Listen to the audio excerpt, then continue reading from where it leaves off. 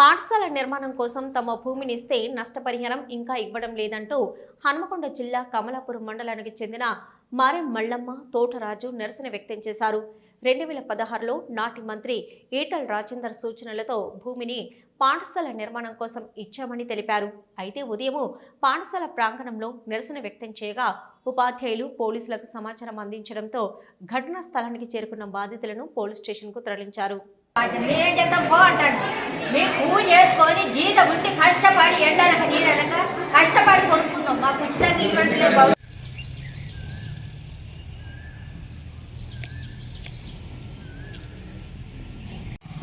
Sir, నా పేరు తోటరాజు, హన్మకొండ జిల్లా కమలాపూర్ మండలం.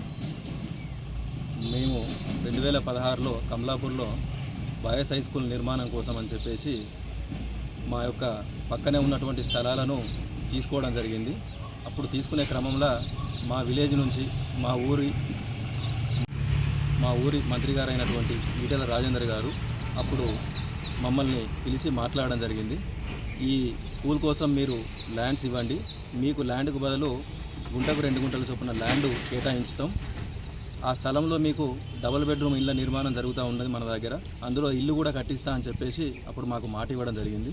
ఆ మాట మీద ఆయన మా మంత్రి గారు కదా, మా విలేజ్ సంబంధించినటువంటి వ్యక్తి అని నమ్మి మేము ఎలాంటి అడ్డకు చెప్పకుండా ఆయనకు స్కూల్ కోసం నిర్మాణం కోసం మేము స్థలాలను ఇవ్వడం జరిగింది.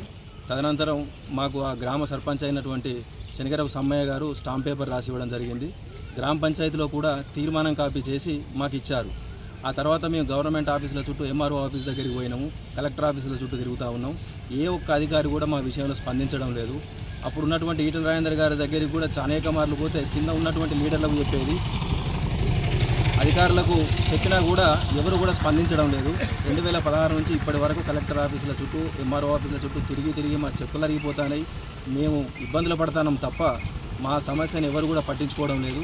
అందుకోసమే ఈరోజు స్కూల్లో మేము బోళ్ళు గిన్నెలు అన్నీ పట్టుకొని పోయి మేము ఆ రూములలో ఉండడానికి నిర్ణయించుకున్నాం.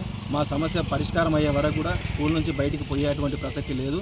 మాకు ఏదో ఒక న్యాయం చేసేంత వరకు కూడా మా ధర్నాను విరమించాం.